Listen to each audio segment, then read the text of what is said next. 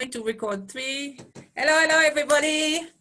Nice to see you. We are in China. Yes, I can't believe it. We made it. And welcome to our marathon 3000. It's so wonderful to have China right now with us.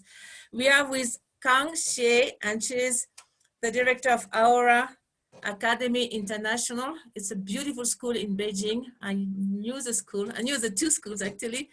And welcome, Kang. And please, would you want to introduce yourself a little bit first? Hi, Naomi, and hello, everyone online. It's my pleasure to be with all of you in this marathon 3000. Yes, we're saying hello from Beijing, and we're a small but beautiful school in China, which is a rare case. As you know, we have a lot of students in China, probably total as the whole population of the United States, but we have a lot of big schools. We have very few small schools as us. So at this moment, we only have 75 students in our school. This is the 7th year for us. And we founded the school in 2014. So that's when we started. And when we started the school, we had the vision of building a small and beautiful school, but that can contribute to China and to the global society. And I'm growing up, I grew up in China, and I spent my 8 years in the States, and then I came back to China in 2004. And my husband and I, after we had children and after serious considerations, we believe we should set up a learning environment for our children and for families who share the same vision as us, for our children to have a place to grow up where they can have a good cultural heritage and having the value system that not only benefit ourselves, but truly can contribute to all the life beings on earth and to the whole human society. And so we have those things in mind. That's the foundation of our school. And so we started with 5 students, 2 from our family and 3 from our friends. 2 were your children. Yes, 2 from our family. So a tough journey, I have to say. Start something brand new from scratch, from ground zero, is quite an adventure. But it is, but it's one of the most rewarding life experience that I had so far. I think that through this process,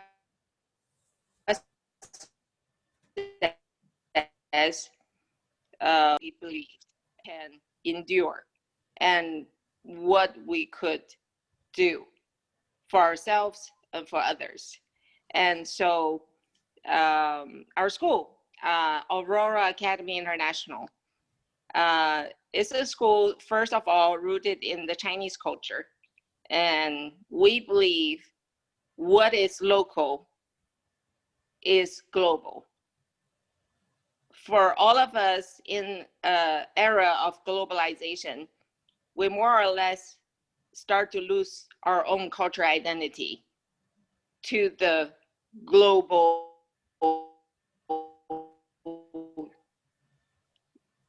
economy,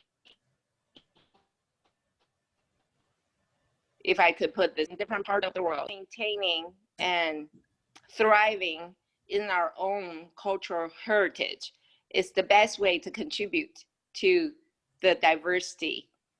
And my major is biology, for my undergraduate degree, and we believe only diversity could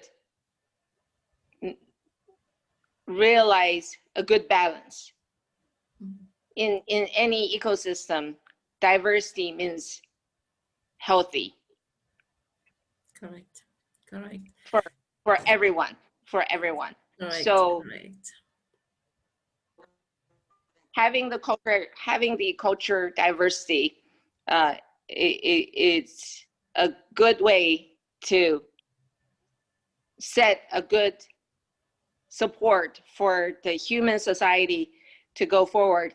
However, diversity means difference. So how to embrace differences becomes another key challenge for our children. And so in this learning environment, we support them to understand the different diversity in different part of the world, in different religion, in different backgrounds. We also help them to understand where people come from and how we embrace that and how we support each other being different. And that's critical, because with the booming of the global population and the reduction of the livable land, literally, we're losing land every minute to the global warming. And it's going to be a world of collaborations, not competitions. Correct. So how we do that, how we understand each other and support each other, is going to be more and more important. And we are also the first zero waste school in China. And we had the opportunity to have many visitors from all over the world. We have visitors from Finland, from the States, from Japan, Korea, France, all different parts of the world. And we are exchanging ideas how to not only build zero waste school, but zero waste society, and how we can help ourselves and all the generations to come to maintain a sustainable lifestyle, so we could keep a good balance with nature. And that is something we're really proud of. We have a world-class recycle center, which is not only shared by all the families in our school, but by all the families in our bigger society and where our school located. And so the children are playing a very important role in all the activities that we do. They're not followers. Actually, the children are leaders, changing agents in what we're doing. So we're really happy to see that we are not a traditional school that only children to come and learn, but they're actually leading changes that happens in their family, in the society. And so, yeah, we're a very unique school. Naomi had the opportunity to visit us, and I'm here to welcome everyone that had the opportunity to come to China, come to Beijing, to come to our school and have a cup of tea. We have tea made by our students.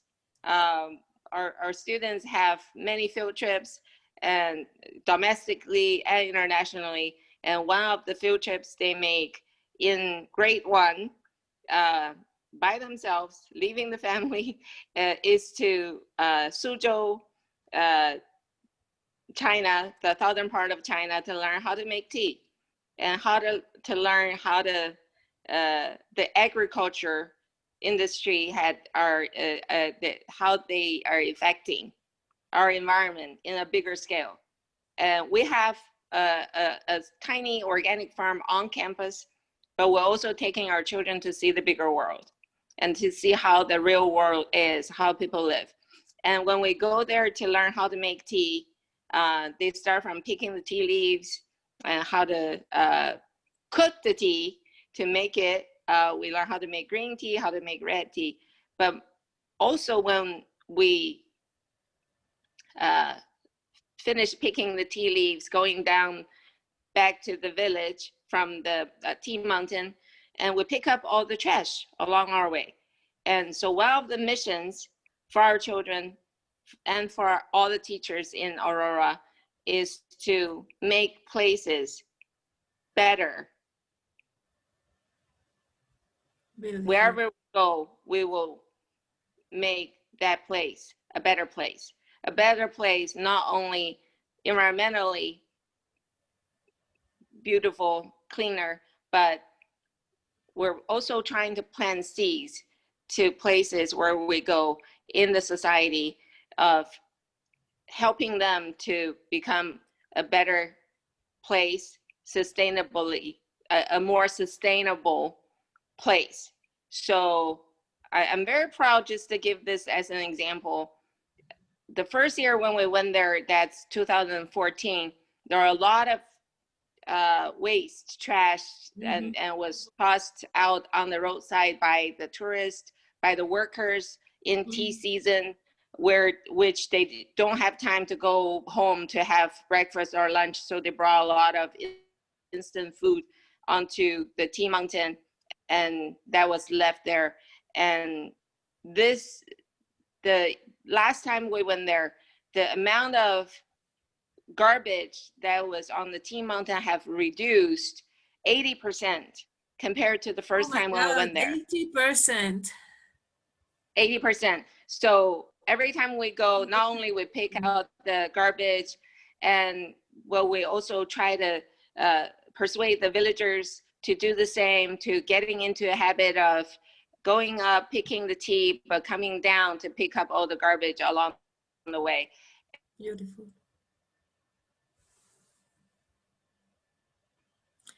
We have a question. Why did you? Hello?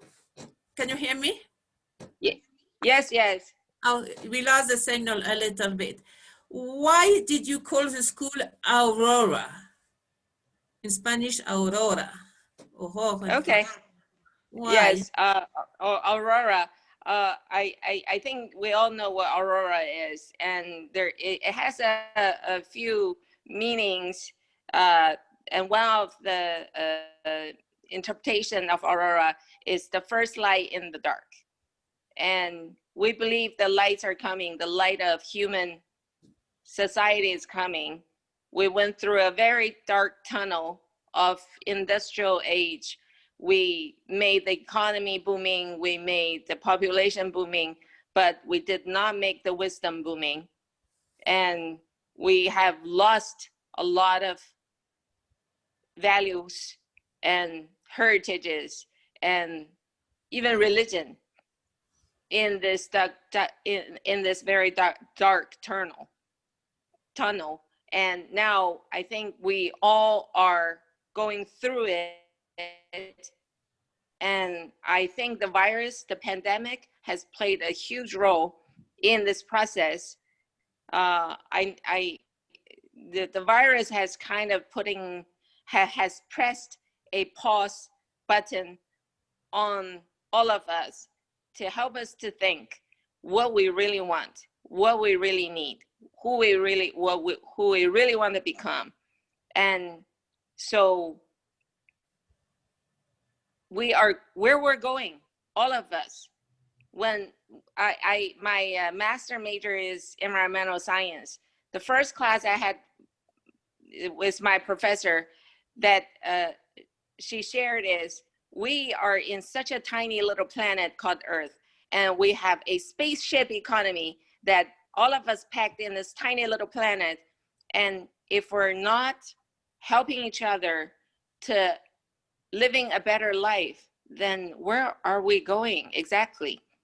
And so we believe that calling ourselves Aurora, we believe we want to become, not only we want to become the first light in the dark, but we really want to walk with everyone on earth to a better place, to a brighter place, spiritually, internally, and externally, environmentally.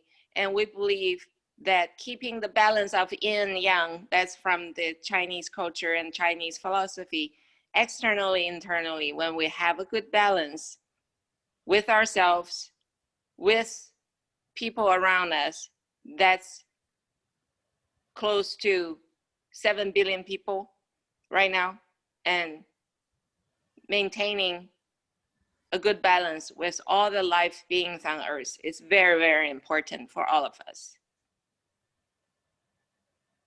Beautiful. And may I ask you about your children with 7 years now in the school? What do you see in them? What is the difference? That's a great question. Yes, my son is 12 years old now and daughter is 10. They have become, well, not just they grow up so tall. My daughter has already, she's taller than me. So it's a new generation. I can't believe, yeah, a new DNA. I know. So they started not only physically become a independent person, but I also very happy to see now they could think independently. And I'm very happy to see they have a very open mindset. They understand how the different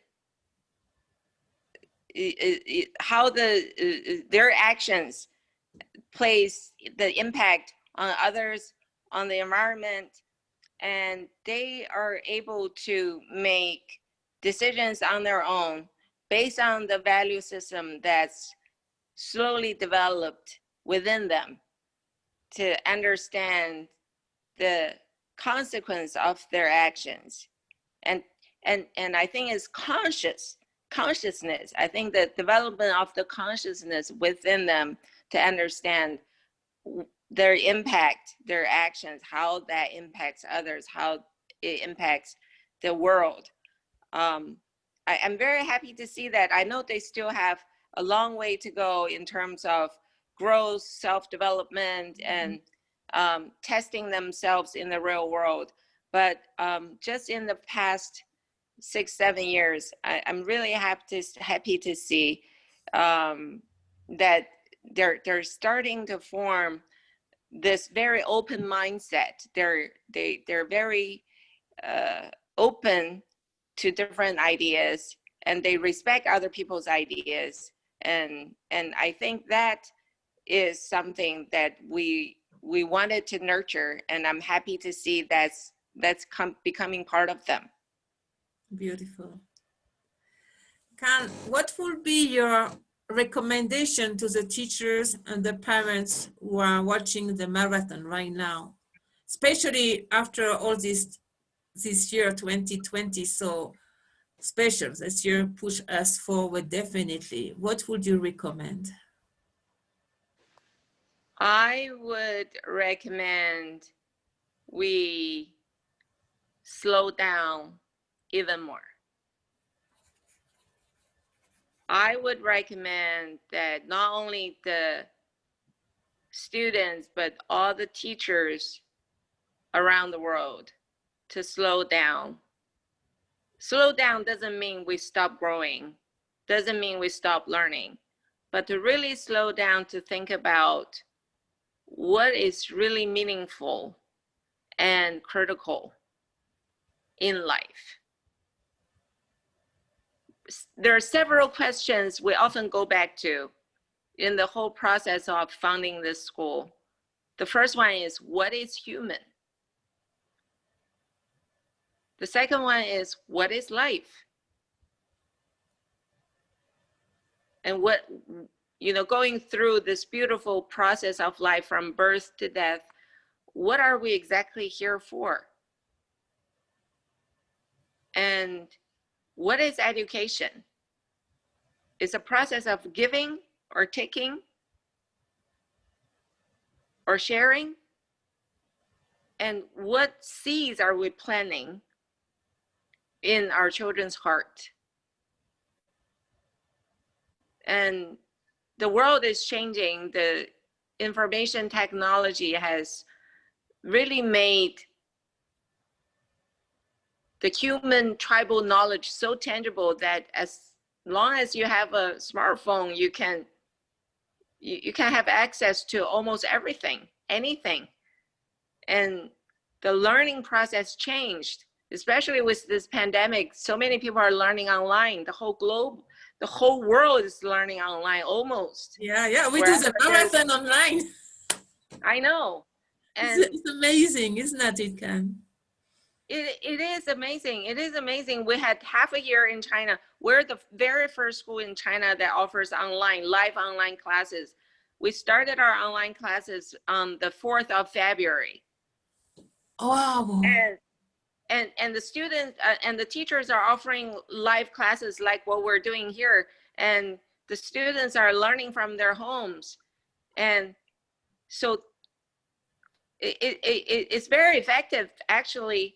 I know not all schools are like, some of the schools are offering videotaped lessons, and some of the schools are sending assignments over email, or they're different schools and different teachers are trying different things, try to help their students to keep on learning during this pandemic, during the time that they cannot physically come to school. But what had really made me think is, even there's no school, no class offered during the past half a year, our children are still growing and learning in real life. Wow. And learning is a process no one can stop, regardless the external environment, how that is. And then the learning, I think it returns back to the original, the way that even before the industrial age, when there's no big schools, mega schools, schools with hundreds, thousands of students, and people still grow up and learn from their grandma, seeing how things are made and how we treat each other with patience, with how we offer help to each other in hard times. I know there's a lot of family going through extremely,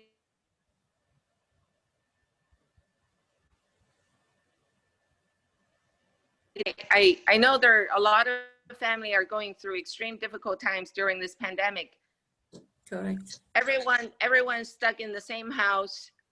Everyone had frustrations, and we are forced to be close. We're forced to face the real each other, the real person. We can't pretend we're someone else anymore. But we don't like each other. We don't like the real self. So, and how we go back to the real self, and how we embrace the real person that next to us. So it's a great process. I really believe, personally, I benefited greatly from this pandemic. I had the opportunity going through a significant period of time, that going back to myself, to really back to my heart, to listen to myself, and to see how the external environment has played the impact on me, and where my internal strengths and weaknesses are, and I embrace them. I think those are very important things in life, and very important homework in life that is not assigned by a teacher, by someone else, but just by ourselves. And like the key principle of our education philosophy is, good education should bring someone back to life, back to their own self, and bring them back to a better balance with nature. And we believe that's a standard for good education. If someone could going through a process of education that reach that status, then we believe that's a good process, that we can bring someone back to themselves, back to real life, and back to a better balance with nature. And that's a good education in our definition. Yeah. And that's the definition of peace culture as well. They say with Yes. with the others as with nature. That's the same definition. Amazing. Yes, exactly. Make peace with themselves, with each other, and with nature. Yes, exactly. Kang, we wish I could stay all night listening to you. This is fascinating. This is beautiful because you are doing it. I mean, you have so much experience now to share. We keep in touch, definitely. And if people have questions or anything, I will mail you, or we can be in touch by email. Yeah, we're more than welcome to have questions or comments, and we also welcome friends around the world to come physically or virtually to our school and to have opportunity like such, like what you provided, Naomi, so that we can listen to each other more. I'm sorry. Go ahead. No, you're fine. No, you're fine. I was thinking about the children from South America. They want to know what's happening, so they will Zoom. They will say, can we meet the children? And definitely we will exchange all over the world with the children. Yeah, with the help of technology, we're very close. We're only a few buttons away click to each other. I know. And, we can share the same classroom even virtually. Students around the world, we can get together from South America, from Africa, from Europe, wherever we are. I think we're very easy to get connected. So I hope the technology could help us to become even closer in heart. And that's one of the goals of the marathon, to connect here and to connect here. Yes. Can you have an official email so the school can contact you? Yes. Should I give you yes. At the later, same time, and then we will put here down there. Okay. I'll send you a WeChat message or an email. Would that work? Yes, of course. So all the school will be connected, and I think this is beautiful. What you do is absolutely amazing. All the best for you. Congratulations. I say hi to Leon and to your teachers, and we keep in touch. Well, thank you. Thank you so much for this opportunity of bringing everyone together. This is amazing. Thank you for all your hard work, Naomi. I know through the pandemic, you have worked so hard. Yeah, we worked more. Much more. Amazing. And how is your life to be a grandma?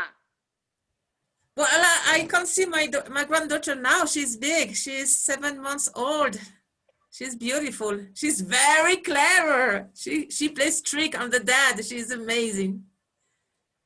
So I will definitely go back to China and see you physically too. Definitely. I know. I hope that with all the vaccine and the scientists who are working on, and hopefully we will be able to see each other and hug each other in the very close future.